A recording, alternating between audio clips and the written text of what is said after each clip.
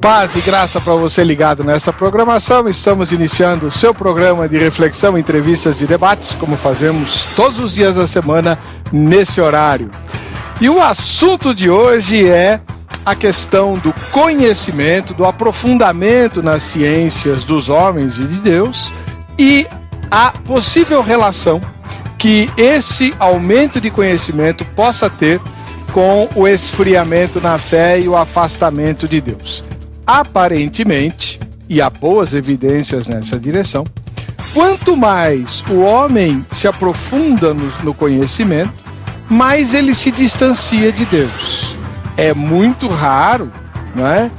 E as exceções confirmam a regra, encontrarmos pessoas muito sábias, muito cultas e que têm uma profunda intimidade com Deus. Elas existem, graças ao Senhor, mas elas são, como eu disse, as exceções que confirmam a regra.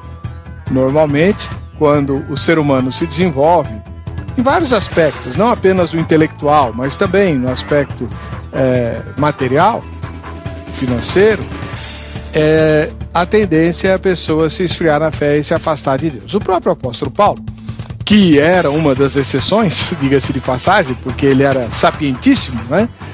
Ele escrevendo aos Coríntios diz que Deus escolheu as coisas pequenas, vis, loucas, quebradas, humildes e vãs desse mundo para humilhar as opostas, né? A fim de que a sua glória se manifestasse na pequenez e na fraqueza do ser humano. Agora, será que foi essa a razão pela qual Jesus escolheu 12 homens simples para serem os seus primeiros apóstolos?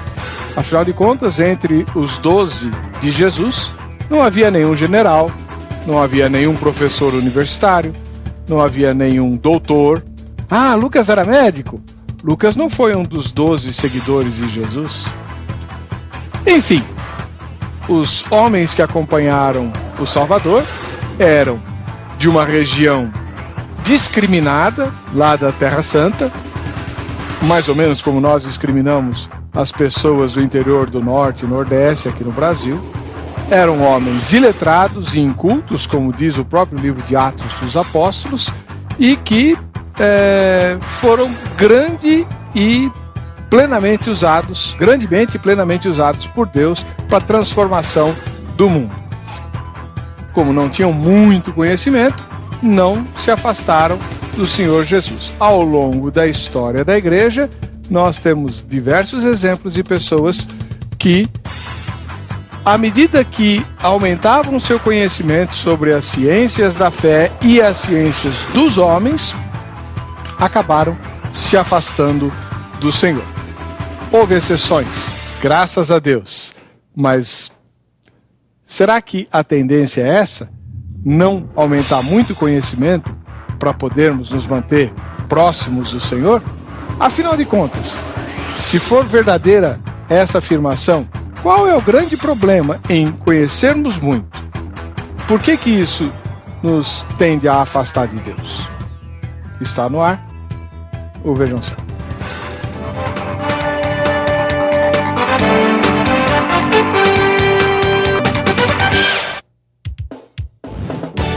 Olá, é com alegria que estamos iniciando essa edição do programa Vejam Só, em nome da Agrade, Academia Teológica da Graça de Deus, e convidando você de saída a participar dos sorteios que faremos. Hoje é o dia do grande sorteio da Jo Resende, então entre no site www.vejamsó.com.br, vote na enquete e você pode, na verdade, fazendo isso, você já estará habilitado para o sorteio que eu vou fazer daqui a pouquinho ao final do programa.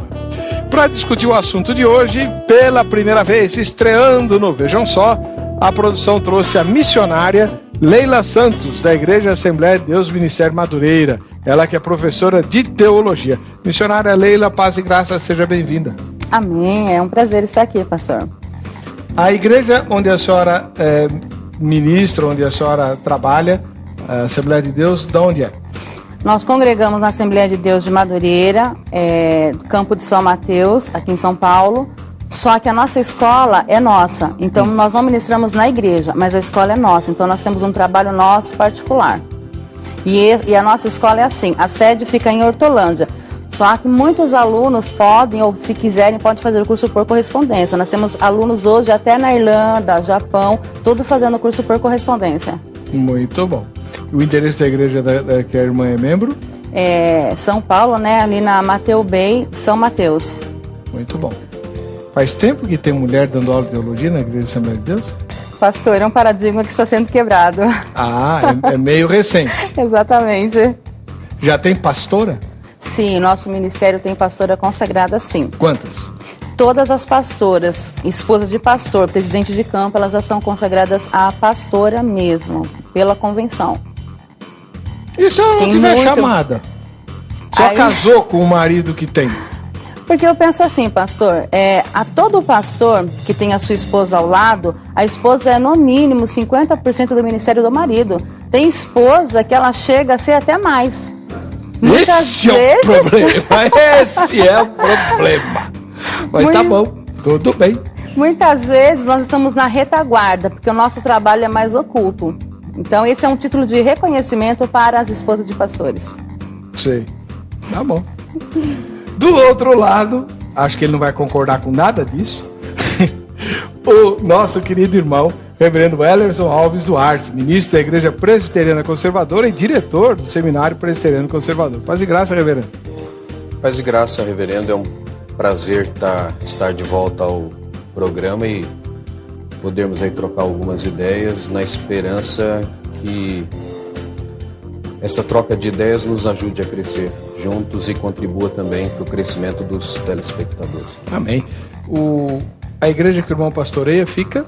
Em São Bernardo do Campo, na rua Silva Bueno, 118, a travessa da rodovia Anchieta. Lá no bairro Jordanópolis. Jordanópolis, exatamente. Só essa semana, acho que já vieram... Não, esse mês o senhor é o terceiro pastor de Jordanópolis que vem aqui. É um lugar abençoado, né? É muito. Tem mais igreja lá do que crente, pelo jeito. Deve ser. E me diz uma coisa, pastor, o seminário que o senhor preside fica... No Riacho Grande, que é distrito de São Bernardo do Campo, na rua Santa Maria, número 23. Ainda é na forma de internato, né? Ainda é, curso integral. Sei. Eu vou fazer uma pergunta, mas o senhor só vai responder depois, tá? Sua esposa também é pastora ou não? É para responder depois? Dá depois. Porque eu sei que o senhor vai querer fazer um pequeno arrazoado. Não, vou fazer não. Não? Não. Então qual é a resposta? Assim, ela não é pastora. Não? Não. Mas toda esposa de pastor, o senhor ouviu ela falar aqui, né? Não. Na minha igreja ainda não. Ainda? A gente nunca sabe, né? Reverendo, estou estranhando o senhor. Não, eu não estou dizendo que vou continuar na igreja se ela fizer isso. Pô. Eu estou dizendo que ela pode mudar. Eu não governo a igreja. Ah, bom. Ai. Muito bem, vamos assistir a matéria que foi preparada pela Kátia Silva e a gente já volta com o Vejam Só. Estudar, pesquisar e disseminar conhecimento. Nos dias atuais, não se faz necessário ir a uma biblioteca para pesquisar ou estudar sobre determinado assunto.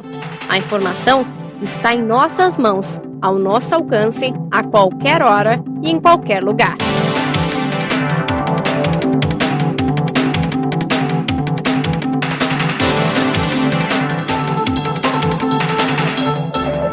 Assuntos como as teorias da criação e da evolução até hoje são discutidas e pesquisadores, cientistas e estudiosos não conseguem chegar a uma conclusão.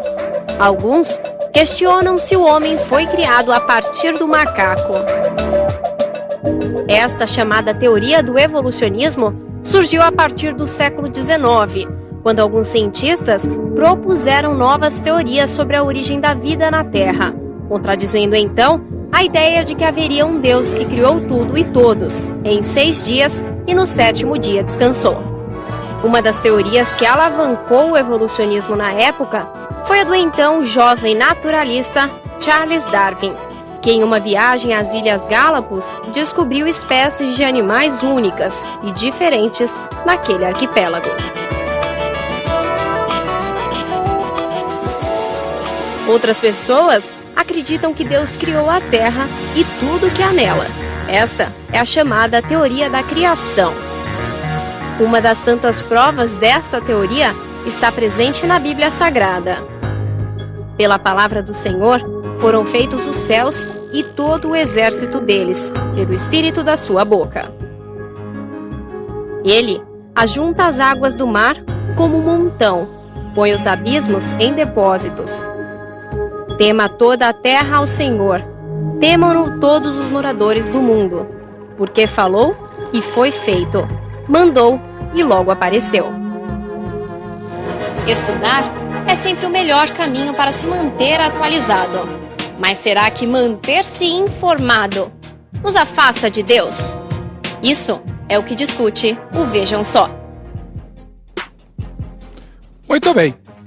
Esse é o Theo. Deus está vendo a gente lá de cima, viu? Por isso a gente não pode falar besteira aqui. Tem que fazer tudo direitinho, né? Quanto mais o homem adquire conhecimento, mais ele se afasta de Deus. Por isso os 12 de Jesus eram pessoas simples? Essa é a pergunta que nós vamos tentar responder hoje. Mas na enquete, trata-se de uma opinião sua. Você acha que conhecimento demasiado afasta o homem de Deus? Só queria entender o que é demasiado, mas tudo bem. Você acha que conhecimento demasiado afasta o homem de Deus? As 3 respostas de sempre. Sim, afasta. As estatísticas mostram isso. Não. Só se afasta de Deus quem quer, com ou sem conhecimento. Ou então, não sei. Não tenho conhecimento nenhum, então eu não sei. Tá certo?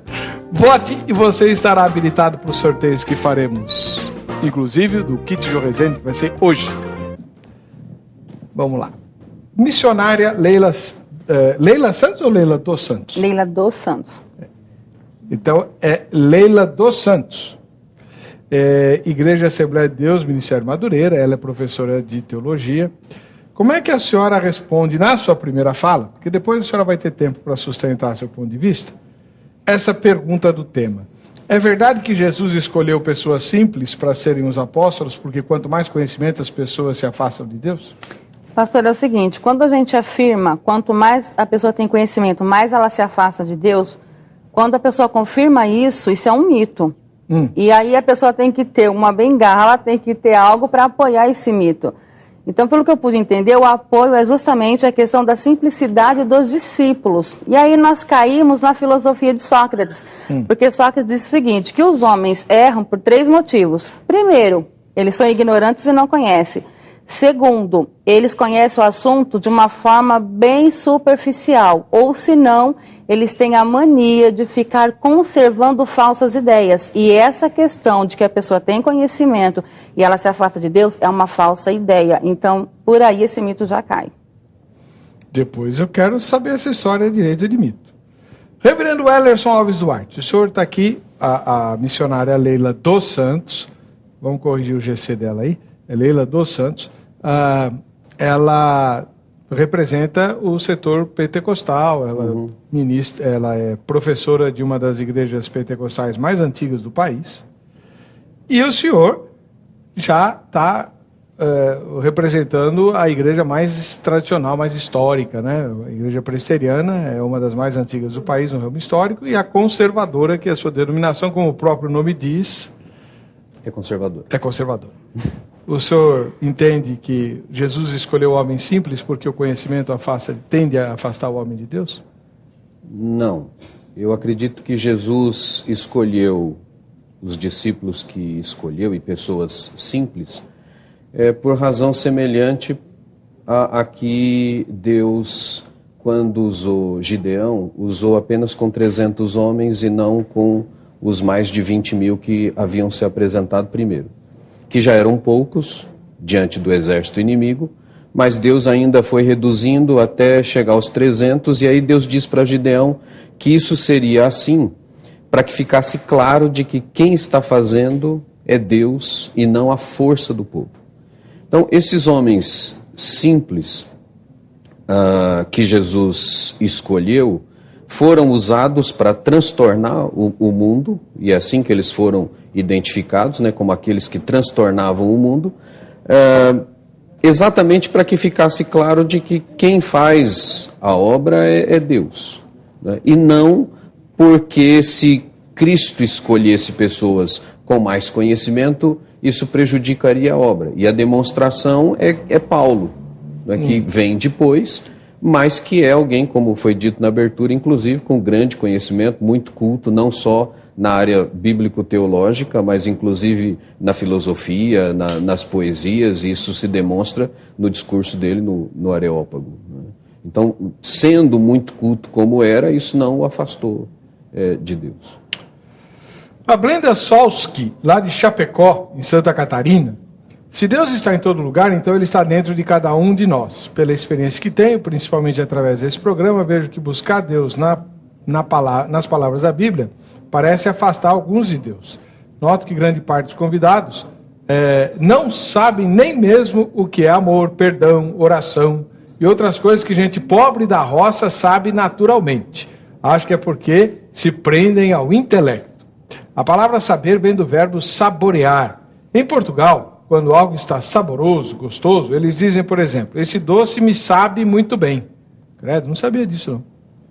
Sabia disso, Reverendo? Não. Sabia, você? Parece que o idioma de Portugal é outro, né, em relação ao do Brasil. Então, a palavra saber vem do verbo saborear. Em Portugal, quando algo está saboroso, gostoso, eles dizem, por exemplo, esse doce me sabe muito bem. Nem milhões de livros podem ensinar o sabor de um ananás. Sabe o que é ananás? E nem conheço o sabor. Sabe o que é ananás? Eu não sei. Ela diz assim, pode ensinar o sabor de um ananás e de um abacaxi. A falta de experiência ligada à pseudo-sapiência é que impede que o homem perceba Deus em todos os lugares. Como se afastar de algo que está em todo lugar? Então, a Blenda defende a ideia de que a erudição pode afastar a pessoa de Deus, sim. Torná-la, no mínimo, insensível às questões mais rudimentares da vida de fé, como que ela menciona aqui, amor, perdão, oração. A senhora não vê isso no seu ministério? Não, de forma alguma. Justamente porque, por exemplo, se a pessoa ela é humilde, uma pessoa simples, de repente ela começa a estudar e ela alcança um grau superior a mais, ela não pode esquecer da origem que ela teve. Porque dá a entender o que a Blenda está dizendo, é que todas as pessoas intelectuais vêm de um mundo diferente. Nem todas as pessoas são assim. De repente, uma pessoa que se torna um intelectual, um doutor, de repente, aí ele saiu da roça. Então, uma coisa não tem nada a ver com a outra. E nós não podemos esquecer das nossas origens. Questão de amor, Jesus sempre colocou o amor acima de todas as coisas, perdão, intimidade com Deus. Então, a questão da intelectualidade não tem nada a ver sobre isso, no meu pensamento. E com a fé? Também não, porque no meu entendimento, quanto mais você conhece a Deus, melhor você vai conseguir se relacionar com Deus. Mas peraí. Conhecer a Deus é uma coisa. Conhecer teologia, filosofia, história, ciência é outra. Não é? Exatamente. Só que assim, se nós usarmos essa ferramenta do conhecimento secular para a vida espiritual, é justamente o que aconteceu com Paulo. Quantos fazem isso? A senhora falou um C, né? Exatamente. Se nós usarmos, mas quantas pessoas fazem isso? Por exemplo, quer ver? Reverendo Elerson, não é verdade que os piores inimigos que Jesus teve na época dele foram os mais sábios? Os escribas, que eram mestres ou doutores da lei, os fariseus, que sabiam o texto sagrado de cor, os sacerdotes, que comandavam o sistema de sacrifícios, a classe do Sinédrio, né, os membros do Sinédrio, que inclusive o condenaram, né, no julgamento que fizeram, que eram pessoas que comandavam a religião judaica. Enfim, os mais preparados foram os piores inimigos de Jesus. Agora, a verdade, o problema está na natureza pecaminosa. Porque, em primeiro lugar, o conhecimento deles, até onde a gente sabe, era restrito à lei, às tradições judaicas, vamos dizer, era um conhecimento teológico, corrompido, deturpado, mas era um conhecimento teológico e não das ciências naturais. Então, o problema deles com Jesus era que a proposta teológica de Jesus era diferente da proposta teológica deles. Aquilo que Jesus apresentava criticava a interpretação deles da lei, criticava a tradição que eles estabeleceram, na verdade criticava o judaísmo que eles colocaram no lugar do judaísmo que foi estabelecido no início das coisas. E quando se confronta o homem nos seus costumes, nas suas teses, só há duas reações possíveis. Ou aquela que Saulo experimenta mais tarde, que é da conversão, e que outros naquele tempo também observaram, ou é a rejeição e a perseguição, que foi o que a maioria deles fez. Então, eu entendo que o problema não estava no conhecimento que eles tinham, mas no orgulho e na soberba que estava sendo ferida, no espaço que eles estavam perdendo. Porque eu entendo o seguinte, que o que o conhecimento ou o poder econômico faz é potencializar a natureza pecaminosa do homem. Quer dizer, o que o pecador faz? Ele encontra algo no que se agarrar e depositar sua confiança. Então ele diz, eu sou porque eu conheço, eu sou por causa do título que eu tenho, eu sou por causa do dinheiro que eu tenho. No entanto, o problema não está nestas coisas, mas na sua natureza corrompida. A demonstração é que outras pessoas experimentam riqueza, experimentam posição, sucesso humano, conhecimento, sem que essa corrupção tome conta deles. Então, na verdade, não é o conhecimento que corrompe, mas é a corrupção presente que é potencializada através desse, vamos dizer, progresso. Muito bem. No próximo bloco eu vou apertar os meus dois irmãos, que são professores de teologia aqui convidados, um de uma igreja bem tradicional e outro de uma igreja bem pentecostal, né? Né? Porque a gente vê ao longo da jornada, inclusive com os meus próprios colegas, e eu mesmo tive que enfrentar isso olhando no espelho, que à medida que a gente se aprofunda nos conhecimentos propriamente da teologia, aquilo que o Reverendo Wellerson acabou de falar é uma grande verdade. A tentação de se julgar melhor que os outros, superior aos outros, mais sábio do que os outros, né? A soberba começa a ganhar espaço. E o pecado predileto do diabo não é adultério, é vaidade. E aí? Não é? A vaidade não precede a queda? Verdade. Então. Mas eu só vou discutir isso no próximo bloco.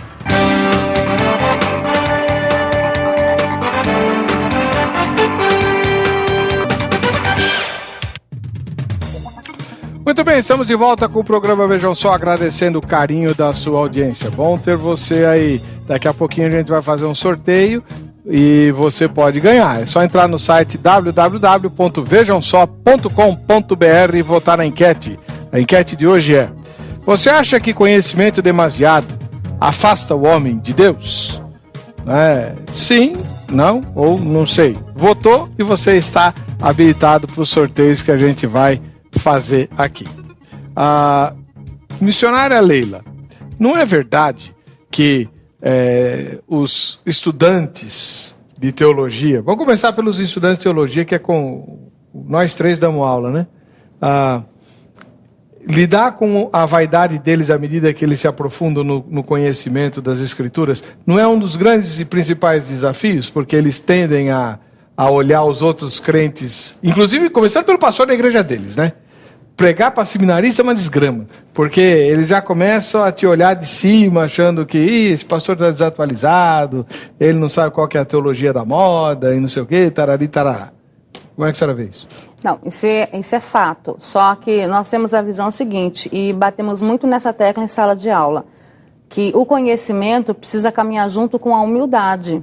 Por exemplo, eu não estou dizendo que a pessoa que não tem conhecimento não é intelectual, que Deus não tem chamada na vida dela.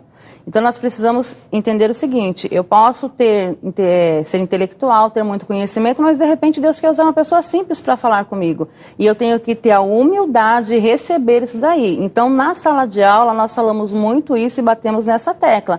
Justamente porque a visão da Etnos é formar líderes. Então o líder, uma das primeiras virtudes que ele tem que ter é a humildade.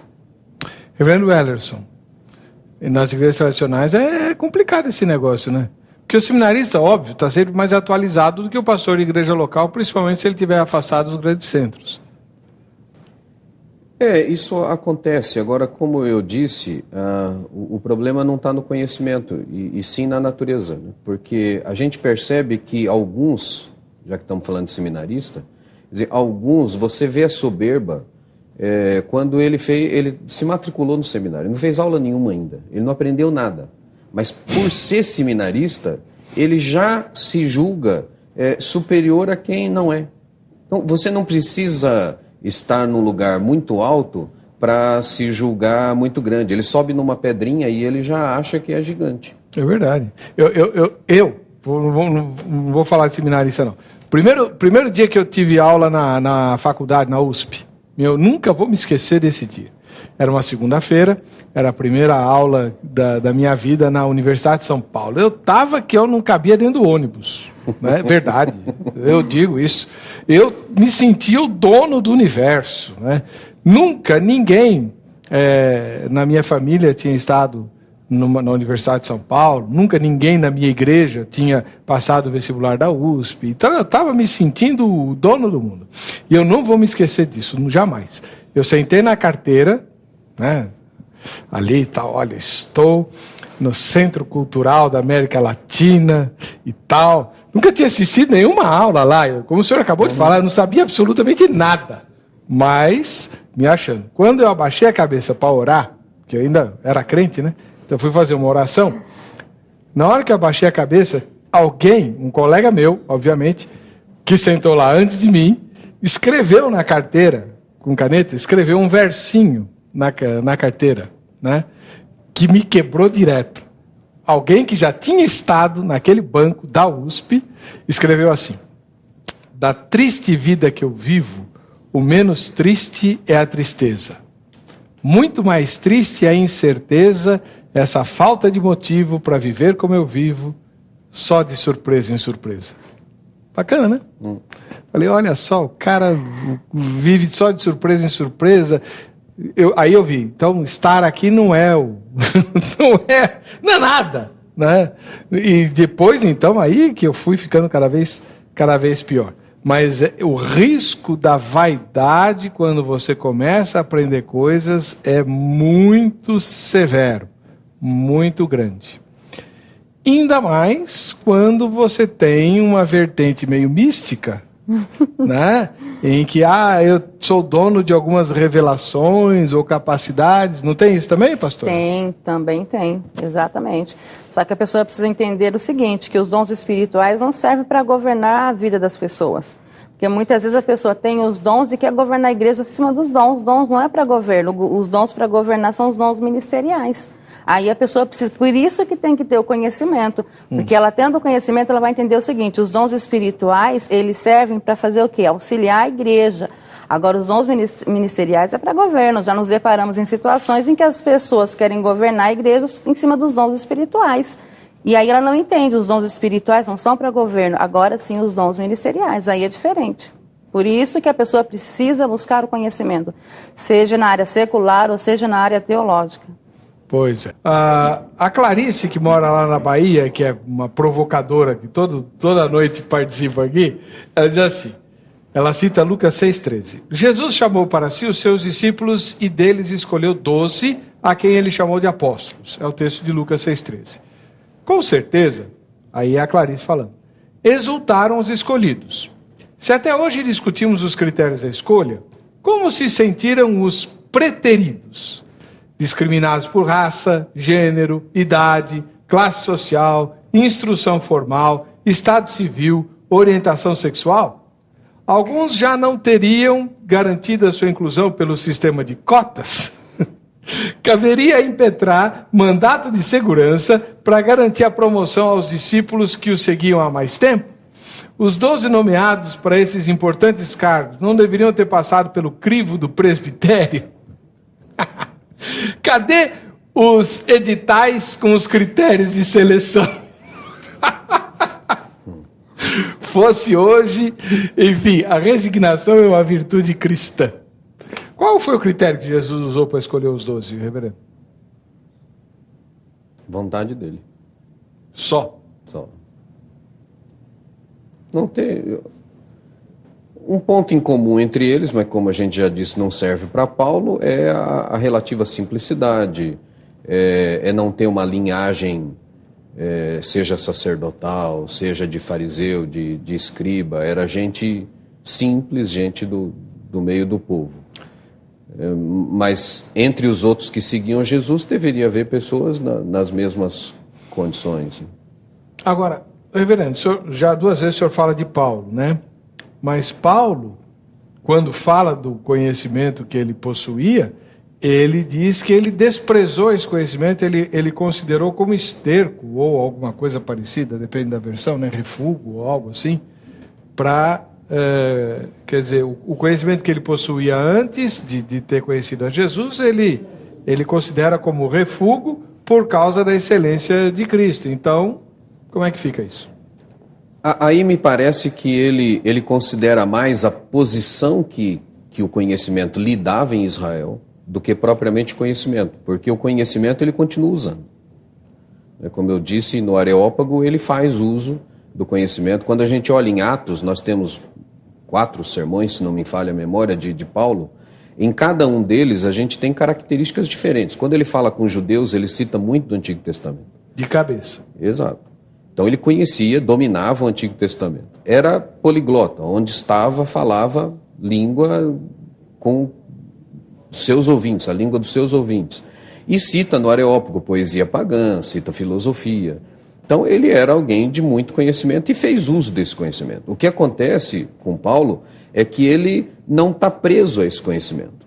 Quando ele critica alguns pela soberba, ele diz, se alguém podia se vangloriar de alguma coisa, sou eu. E ele começa a citar, inclusive, as razões que ele tinha para se vangloriar. Mas quando escreve aos Coríntios, ele diz, olha, eu não usei com vocês de palavra de convencimento, de força, de argumento, mas no poder do Espírito. Diz, exatamente por quê? Porque quando você convence alguém pelo seu poder de persuasão, essa pessoa pode ser convencida, pelo contrário, por alguém que tem um poder de persuasão maior que o seu. Uhum. Mas quando alguém é convencido pelo Espírito Santo, o fundamento da fé está na obra do Espírito Santo na vida da pessoa e não no poder de argumentação de quem falou, então isso não dá para mudar. Não há argumento que mude aquilo que o Espírito Santo fez no coração de alguém. Legal, bacana. Valmir Ferreira, de Jaboatão dos Guararapes, em Pernambuco. Creio que não existe nada que afaste o cristão de Deus. O verdadeiro conhecimento só aproxima ainda mais os homens de Deus. Não, mas espera aí. Nada afasta o cristão de Deus? Pastor? O pecado afasta o homem de Deus, né? Eu concordo plenamente com o reverendo, que o conhecimento não afasta o homem de Deus. Agora, o pecado, sim, ele afasta. Então, nós temos que tomar cuidado, porque, olha só, assim como os simples pecam, os intelectuais também pecam. Assim como a questão do intelectual cai na questão da vaidade, da autossuficiência, tem pessoas simples que muitas vezes são exaltadas, por exemplo. Eu lembro que quando eu era criança, na nossa igreja, não podia falar em teologia. Porque eles pegavam aquele texto que a letra mata. Então, os simples, aqueles que não tinham conhecimento, que não faziam teologia, olhavam para quem fazia de uma forma como se ele fosse um inseto e queria matar. E estava pecando do mesmo jeito. Então, havia pecado de ambos os lados. Certo. Agora, missionária, vamos deixar um pouquinho de lado o conhecimento teológico, vamos falar do conhecimento científico.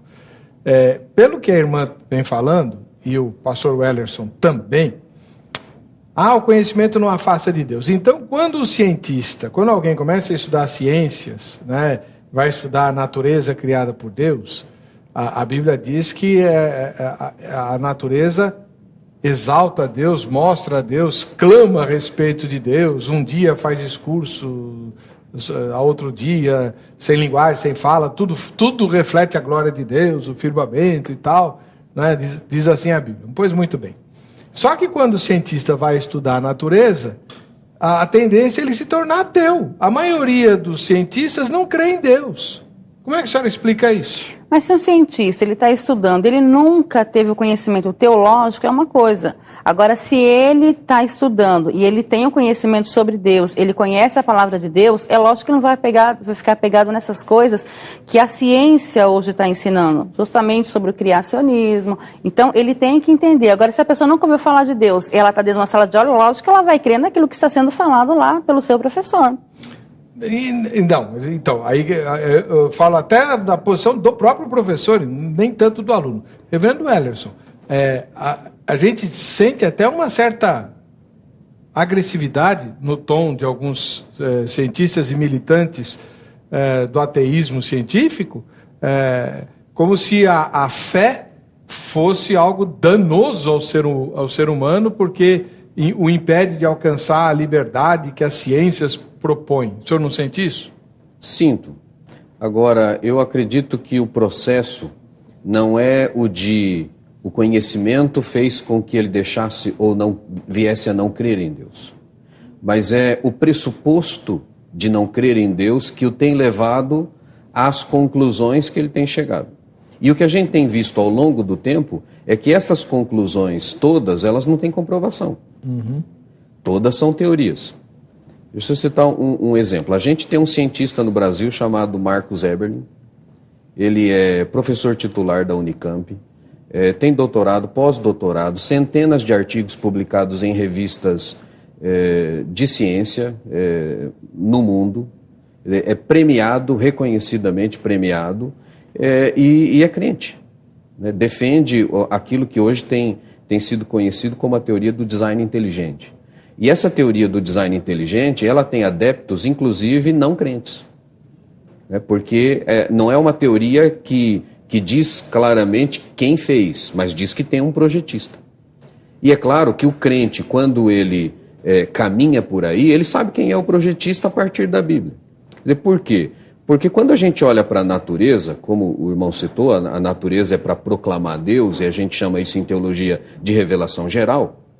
Então, Deus se revela através da criação. Agora, o que o pecado fez? O pecado faz com que o homem enxergue ainda algo de superior na natureza, mas não consegue identificar quem é. Então, ele cria. No passado, povos primitivos criavam ídolos. Deus trovão, Deus lua, Deus chuva, Deus isso, Deus aquilo. O que as pessoas fazem hoje? Místicos criam a força cósmica. Cientistas, a mãe natureza, que não deixa de ser uma força superior, um Deus, uma divindade, o que faz com que revelação geral mais pecado seja igual à idolatria. O que vai fazer com que o olhar da revelação geral seja diferente é a revelação especial. É a Escritura, é o trabalho que o Espírito Santo faz na vida da pessoa, que faz com que ele olhe todo o conhecimento do pressuposto de que Deus existe, que criou todas essas coisas. E esse é o verdadeiro conhecimento. Segundo, se nós cremos num Criador, não é possível que as coisas criadas por Ele neguem a sua existência. Tá certo. Eu iria até um pouquinho mais longe, não sei se vocês concordariam comigo, mas eu vejo uma certa militância ideológica em vários setores de gente que se diz cientista, e talvez até seja, mas que força a ciência para se encaixar numa militância contra Deus. Né? E, tanto é que existem cientistas que se levantam contra isso e dizem, não, aí já é abuso. Né? Enfim. E o primeiro exemplo, que eu não sei se isso é verdade, mas pelo menos aonde eu fui pesquisar anos atrás, quando eu era estudante, né, o Darwin teria enveredado pelos caminhos da teoria da evolução, porque em determinado momento ele se viu frustrado com a ideia de Deus e quis se vingar de Deus. Tem essa informação também? Sim, também. Então, então a ideia, e naquele momento, se você, historicamente falando, a teoria da evolução nasce na mesma época que nasce o materialismo histórico, né, cunhado por Marx. Aliás, ambos têm a mesma matriz filosófica, tese, antítese e síntese. Essa é a ordem pela qual acontecem os eventos no mundo. Sejam eventos históricos, como a superação do feudalismo pelo sistema capitalista e a superação do sistema capitalista pelo sistema comunista ou socialista, que, segundo a teoria de Marx, iria acontecer, como na teoria da evolução. Uma espécie é confrontada com uma situação adversa e se transforma em outra espécie, né, por meio da evolução. Então, a matriz filosófica, ou chamaria até de ideológica, é a mesma das duas teorias, que nascem mais ou menos na mesma época, que é o momento em que a ciência tenta provar que Deus não existe para libertar o homem do jugo da religião. Né? Lembrando que o jugo da religião era entendido por causa dos 1000 anos de domínio de um cristianismo obscurantista, obtuso, que caracterizou toda a Idade Média e do qual, né, nós saímos com a reforma protestante do século XVI, que mudou todas essas coisas. Eu só queria fazer uma reiteração sobre esse assunto, que nós fomos uma vez em uma certa universidade e nós fomos levar um projeto de TCC para poder fazer o mestrado. E o reitor da faculdade, ele reprovou. Ele não aceitou o tema do projeto. E ele disse o seguinte, ele fez de tudo para que esse tema fosse mudado, para que nós fôssemos contra Deus. E ele falou o seguinte, que se nós não mudássemos o tema, nós não iríamos encontrar nenhum orientador que fosse levar esse projeto à frente. Então, a gente desistiu nessa faculdade. Na verdade, a universidade desistimos dela justamente por causa disso. E qual que era o assunto do TCC? Era sobre ministério. E ele rejeitou. Ele não quis. Ele falou assim que esse projeto não tinha como dar andamento. Ele pediu para a gente partir para uma outra tese e até quis nos influenciar justamente para mudar e falar contra a igreja. Então a gente acabou desistindo. Tá vendo? Há uma militância da intelectualidade contra Deus. Sem dúvida. O mundo, né, jaz no maligno e é inimigo de Deus. Então é claro que aqueles que estão militando nas mais variadas áreas, de uma certa forma, e até de modo direto, estão militando contra Deus. Então a questão é, você olha, por exemplo, o ateísmo. Por que o ateu se preocupa tanto em provar que Deus não existe? Se Deus não existe, é só esquecê-lo. Exato. Por que Dawkins escreve o livro Deus um Delírio? Ora, se Deus é um delírio, esqueça. Não há por que você ficar militando contra algo que não existe. Quer dizer, na verdade, incomoda saber, no fundo, que Deus existe e que um dia todos vão prestar contas a Ele. Exatamente. O senhor acaba de mencionar um ramo do ateísmo que é exatamente o que eu me referi, o ateísmo militante, que é mais religioso do que muito crente. Sem dúvida.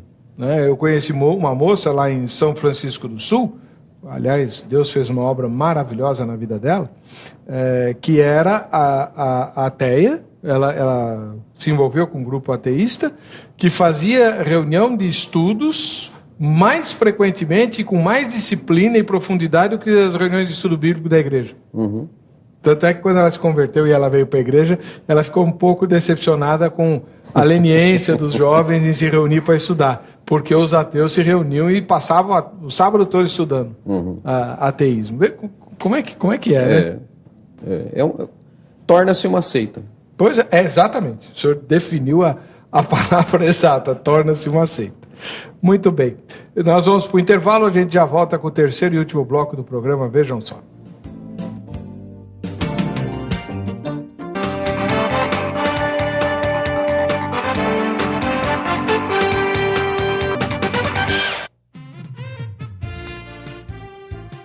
Muito bem, esse é o programa Vejam Só. Né? Agradecendo o carinho da sua audiência agora em novo horário, e muito obrigado por você continuar com a gente aí até mais tarde, né? E que Deus o enriqueça. Muito bem. O Joelson Santana de Ribeira do Pombal, lá na Bahia, eu sei que na Bahia temos uma audiência muito grande, né? Realmente poderosa. Deus abençoe o povo da Bahia. Não conheço o estado da Bahia ainda, mas logo, logo eu vou fazer uma viagem aí para a terrinha, né? Conhece a Bahia? Não conheço. Conhece a Bahia, reverendo? Conheço Salvador, Feira de Santana e Senhor do Bonfim. Bom, hein? Bom. Então, eu ainda não conheço, mas nós temos uma audiência muito forte na Bahia. Então, que Deus abençoe a todo o povo aí baiano. Ele diz assim, não, pois como diz a palavra do Senhor em Oséias, conhecei e prossegui em conhecer ao Senhor. E em Pedro, diz, antes cresçamos na graça e no conhecimento de nosso Pai. Então o Joelson lembra, biblicamente falando, o conhecimento não pode afastar a pessoa de Deus. Agora, o que é mais fácil encontrar? A senhora que faz parte de uma igreja que dá assim, bastante ênfase a uma vida, assim, como é que eu vou dizer? Fervorosa, né? Uma vida fervorosa, de oração. Quando o crente, reunião de oração na Assembleia de Deus, os crentes quase que entram em transe. É ou não é? Verdade. A senhora nunca foi numa reunião de oração presbiteriana, né? Não. É bem ordeira, tranquila, assim. As orações são muito bem elaboradas. Já numa reunião de oração da Assembleia... Todo mundo ora junto. Sobe o telhado, né? Pois é. Então, o que é mais fácil encontrar? Alguém assim muito fervoroso, sendo um crente simples, com pouca leitura, ou um doutor nas Sagradas Escrituras? Pastor, a nossa igreja tem passado por mudanças e hoje a gente está conseguindo buscar esse equilíbrio. É lógico que ainda, se a gente marcar um culto evangelístico, um culto voltado para avivamento, é lógico que o culto vai estar mais cheio do que a gente marcar palestras, seminários. Inclusive, nós percebemos isso quando somos convidados para dar palestras, seminários. Nós somos numa igreja e tinha uma carga horária para cumprir. E o pastor falou assim, nossa, vocês vão falar tudo isso, será que vocês vão ter predisposição e o povo predisposição para ouvir? Falei, pastor, a gente trabalha de uma forma dinâmica justamente para o povo ter a paciência, porque em geral o povo pentecostal, eles gostam mais do fogo do que da questão do ensino. O que é fogo? Esses cultos avivados que o senhor fala, que eles praticamente entram em transe. Com reteté e tudo. Exato, mas assim, a gente tem visto que isso tem mudado muito no nosso meio. A gente tem assim percebido essa mudança. Então você está esfriando a igreja. Não, nós Vocês estão esfriando o equilíbrio. A igreja. Porque quando está dizendo buscar a graça e o conhecimento, primeiro a graça, ou seja, buscar primeiro a sabedoria, porque a sabedoria, ela vem de Deus e o conhecimento nós adquirimos. Você pode encontrar uma pessoa sábia que não tem um conhecimento secular, porque a sabedoria é Deus quem dá. Agora, eu cansei de ver isso na minha vida. Agora, o conhecimento você tem que buscar. E eu não poderia deixar de citar o caso de Salomão. Salomão não pediu sabedoria? Pediu, e Deus deu a ele sabedoria. Só que o Davi, antes de morrer, ele falou para ele, Salomão, você tem que se instruir, buscar o conhecimento, você tem que conhecer o povo, não pode se esquecer de guardar a lei de Moisés. Então, isso estava faltando na vida de Salomão. Salomão tinha sabedoria, mas estava faltando conhecimento. Então, Davi, antes de morrer, passou as devidas instruções. A Salomão vai buscar, vai fazer a sua parte. Então, a nossa igreja está buscando esse equilíbrio, graças a Deus. Que bom. Fico feliz de ouvir isso. Mas não pode esfriar, hein? Não, de forma alguma. Né, reverendo? O senhor está falando, O senhor já foi numa reunião de oração peiteca? Já, meu sogro era pastor da Assembleia de Deus do Madureira. Ah, é? Então eu estou chovendo uma olhada. Ele foi vice-presidente do campo de Americana, no interior de São Paulo. A sua esposa era da Assembleia de Deus? Era. E ela não estranha a igreja presbiteriana? Não, desde que ela se converteu, ela está na igreja presbiteriana. Ai, reverendo, que cacetada! Eu a conheci na minha igreja. Ah, ela já estava na presbiteriana? Já. O que ela foi fazer lá? É uma história meio longa. Quando criança, não tinha escola dominical na Assembleia. Então, havia vizinhos que eram da mesma igreja que eu, então ela de manhã ia na escola dominical na igreja presbiteriana e à noite na Assembleia. E aí, na adolescência, ela optou por ficar na igreja presbiteriana. Com certeza por causa de um jovem que tinha lá, né? Não, foi mais tempo depois que a gente enxergou um ao outro. Tá certo. Deus sabe o que faz. Sabe, sempre sabe. Mas que é mais gostoso uma reunião de oração na Assembleia do que na presbiteriana, eu dou o braço a torcer. Se bem que, também tem que confessar isso, eu não consigo orar numa reunião de oração pentecostal. Sabia? Eu não consigo orar. Eu já tentei, eu trabalho há 16 anos na Igreja da Graça. A reunião de oração na Igreja da Graça é daquelas, né? Mas eu não consigo, porque aquela confusão, né? A gente, na Igreja Presbiteriana, acompanha a oração de quem está orando em voz alta. Então, nós vamos confirmando a oração. Exatamente. Então eu não consigo competir com os irmãos que estão orando. Flávio Chantelier, de Rio Verde, em Goiás. Diz o texto sagrado: meus irmãos, não sejam muitos de vocês mestres, pois vocês sabem que nós, os que ensinamos, seremos julgados com maior rigor. Tiago, capítulo 3, verso 1. Conforme diz o versículo acima citado, quanto mais aprendemos, mais seremos cobrados de Deus. Por isso não deveríamos afastar de Deus, mas ao contrário do que se deve acontecer. A adoração e culto a Deus, por grande maioria dos mestres, são de uma forma quase nula. Se tornam vaidosos e soberbos e abandonam as orações de madrugada, os jejuns, a ida aos montes. Verdade, né? É verdade, alguns sim. Mas pode crer que serão julgados de uma forma mais dura. Tá. A nossa equipe de reportagem esteve,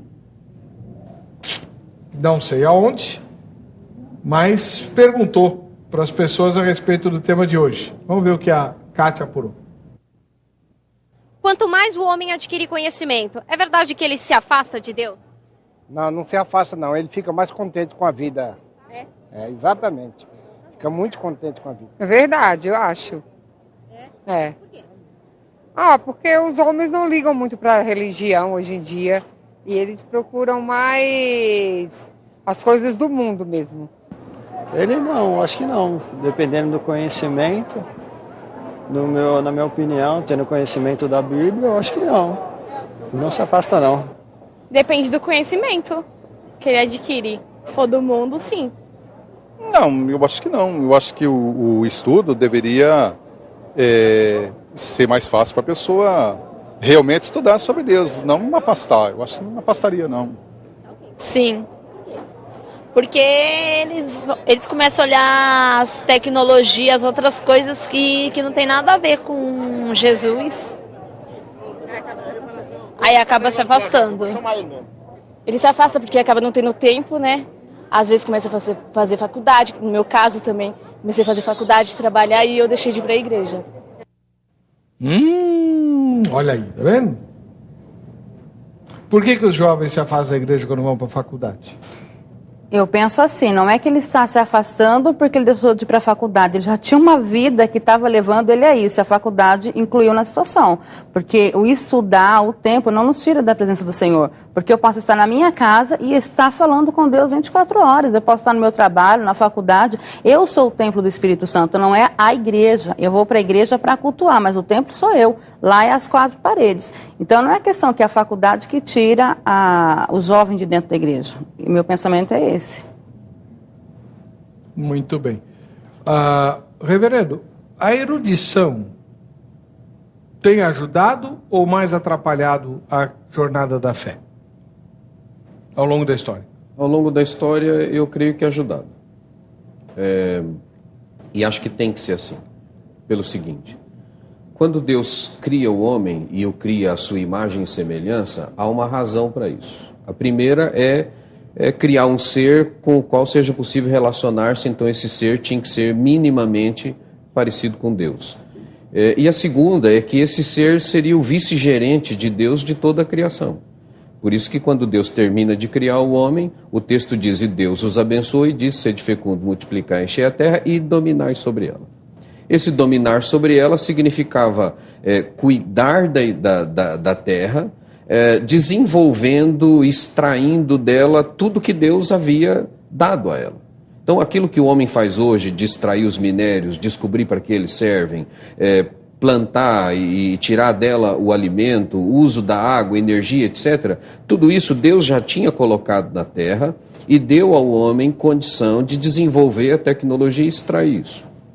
O que acontece? Então, isso significa dizer que o homem tinha que estudar, tinha que aprender, desenvolver as técnicas para que todas essas áreas que a gente chama quando a gente fala da aliança com Deus, nós falamos de uma aliança envolvendo 3 mandatos, o espiritual, o social e o cultural, né, que é o andar com Deus no espiritual, em devoção, o social, os relacionamentos interpessoais, e o cultural, que envolve política, lazer, entretenimento, tecnologia, etc.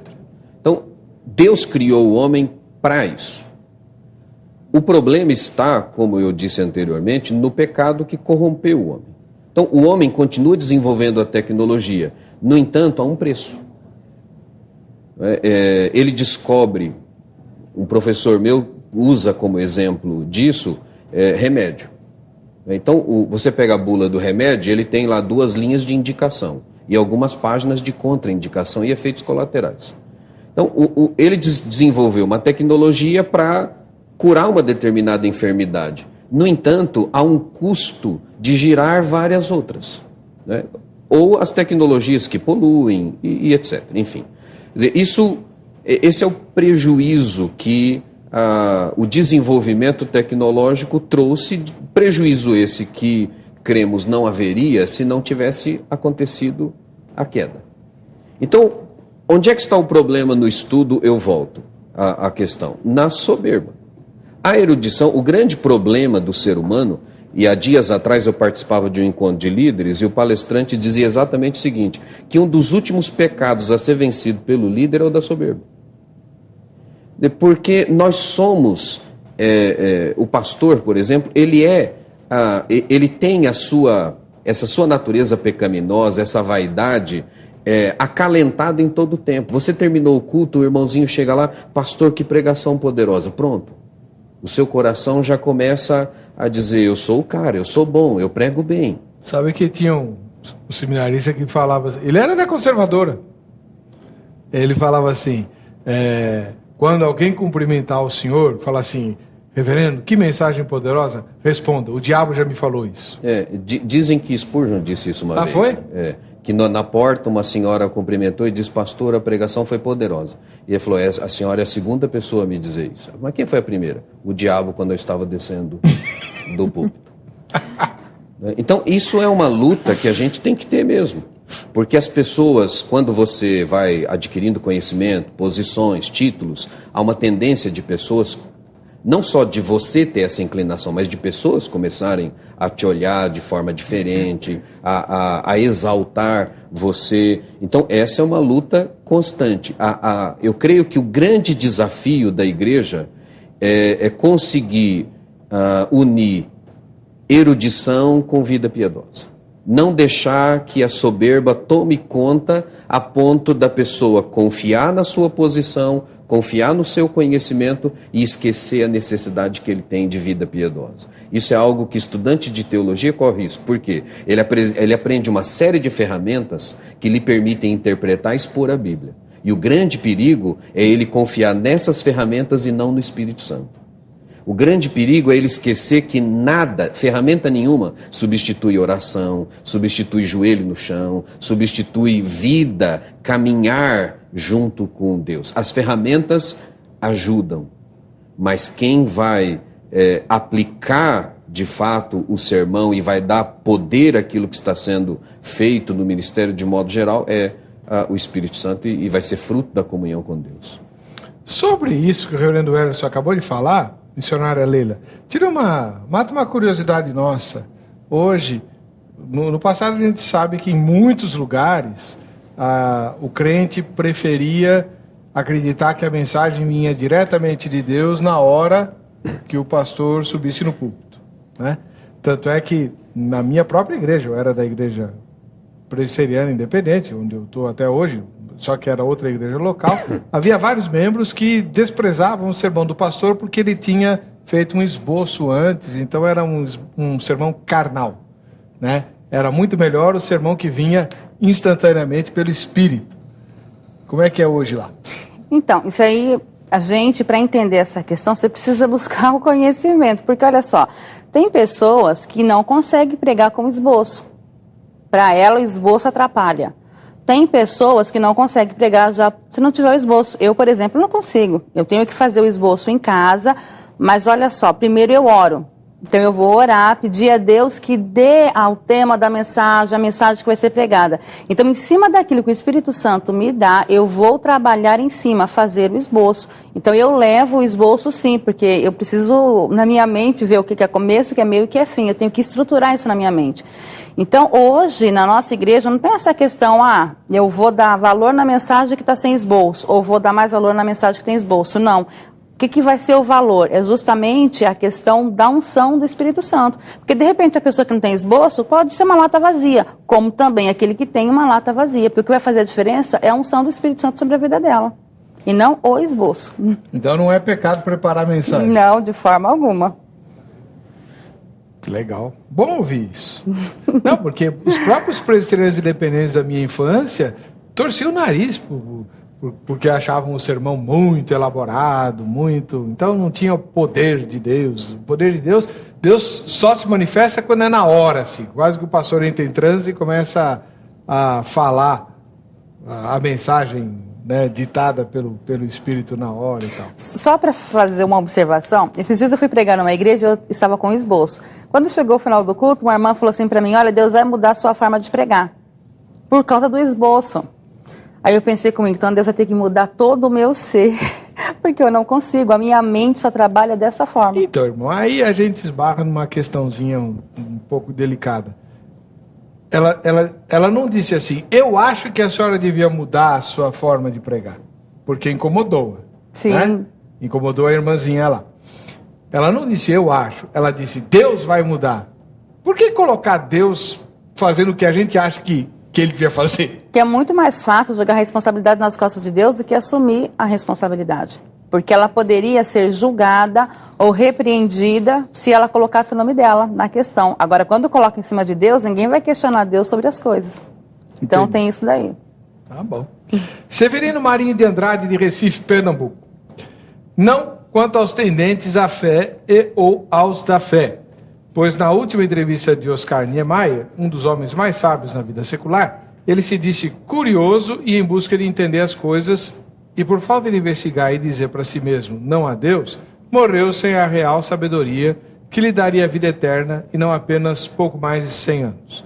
Cuidou de erguer tantas casas e se esqueceu da sua. Houve muitos homens sábios secularmente que se renderam à fé e é bom vocês citá-los. Tá bom. O senhor pode ajudar o Severino, lá de Recife? Homens eruditos que se renderam à fé? Lembra de algum? Olha, dois talvez, pelo menos, não sei se muito conhecidos, mas tem Josh McDowell, que era cético e se propôs a estudar a Bíblia exatamente para provar que ela estava errada e se converteu. Então, ele é um apologeta. Então, mas era filósofo, cientista. Ele virou, de ateu ele virou apologeta. E o outro é Henry Morris, que escreveu o livrinho Criação e Evolução, que também se propôs a estudar a Bíblia para provar que ela estava errada e se converteu.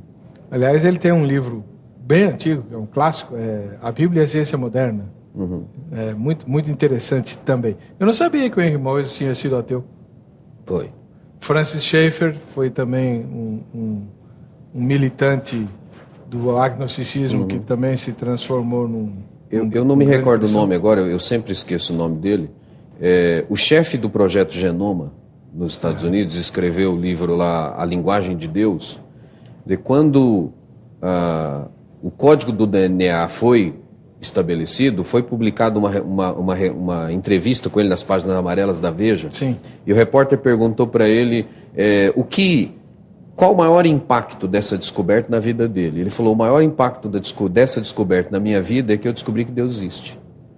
Porque um código tão elaborado como esse não pode ser fruto do acaso, alguém tem que ter projetado isso. Exatamente. A vida é extremamente complexa, né? E cada vez mais complexa.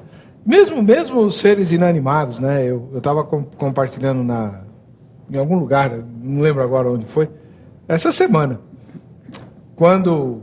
foi na escola dominical, domingo passado. Quando inventaram o conceito de átomo, a ideia era a menor partícula da matéria, que era tão pequena e tão básica que não poderia ser dividida. Aí, no início do século XX, no meio do século XX, dividiram o átomo, né, e criou-se a bomba atômica e tal. E hoje, a gente sabe que o átomo tem inúmeras partículas. Quando eu era jovem, havia prótons, elétrons e nêutrons só, né? Hoje existem inúmeras partículas fazendo parte do átomo, nem sei dizer quantas, mas muitas, né? Enfim, tanto é que a física quântica estuda justamente os quanta, que são o comportamento dessas micropartículas do átomo. Quanto mais o homem estuda, mais ele vai vendo que tem coisas complexas fazendo parte da natureza e do mundo criado. Tudo por acaso? Tudo porque explodiu? Meio difícil, né? Meio complicado. Concorda, verdade, pastor? Concordo. Nilson José Santana de Itabuna, na Bahia. No caso dos discípulos, não creio que o conhecimento em excesso, pois tal situação, o apóstolo Paulo é um bom exemplo de extrema cultura. No caso de outros seres humanos, acredito que sim. Filósofos como Nietzsche, Kierkegaard, Sartre são exemplos vivos de apostasia por causa do conhecimento exagerado que receberam. Alguns cristãos pós-modernistas viraram heréticos quando abraçaram o famigerado pluralismo, defendendo uma hermenêutica da suspeição, e alguns se tornaram inconsistentes teologicamente falando, ficando em cima do muro. Infelizmente, isso não deixa de ser verdade. Rômulo Rafael dos Santos de Guaratinga, também na Bahia. Minha opinião é que o conhecimento não afasta o homem de Deus, e sim a falta de conhecimento. Desde que o homem deixou de se sujeitar a Deus e passou a se sujeitar ao diabo lá no Éden, o Senhor está buscando nos resgatar. O fato de as pessoas ouvirem e passar a saber de Deus é conhecimento. Os 12 de Jesus são prova disso. Eles eram catedráticos em suas áreas específicas e Jesus lhes apresentou um outro tipo de conhecimento, aquele que liberta, e eles o seguiram. Muito obrigado pela atenção. Obrigado a você, Rômulo. Deus abençoe você aí lá da terrinha. Bom, nós estamos chegando ao final do nosso programa. Eu quero agradecer ao reverendo Wellerson Alves Duarte, ministro da Igreja Presbiteriana Conservadora, diretor do Seminário Presbiteriano Conservador, que mais uma vez veio lá de São Bernardo para estar conosco aqui. E também a missionária Leila dos Santos, da Igreja Assembleia de Deus Ministério Madureira, ligada ao campo de São Mateus, né? Ela que também é professora de teologia, que estreou hoje no Vejam Só, e espero que volte muitas vezes. Muito obrigado, Deus abençoe. Pastor. O contato de ambos os nossos convidados está à sua disposição no site vejamsó.com.br. Clicando na aba Convidados, você os localiza por meio do tema que eles defenderam. E aí, você pode mandar perguntas, e-mails, convites, enfim, use e abuse deles, tá bom? Vamos ver quem vai levar o kit Jô Rezende.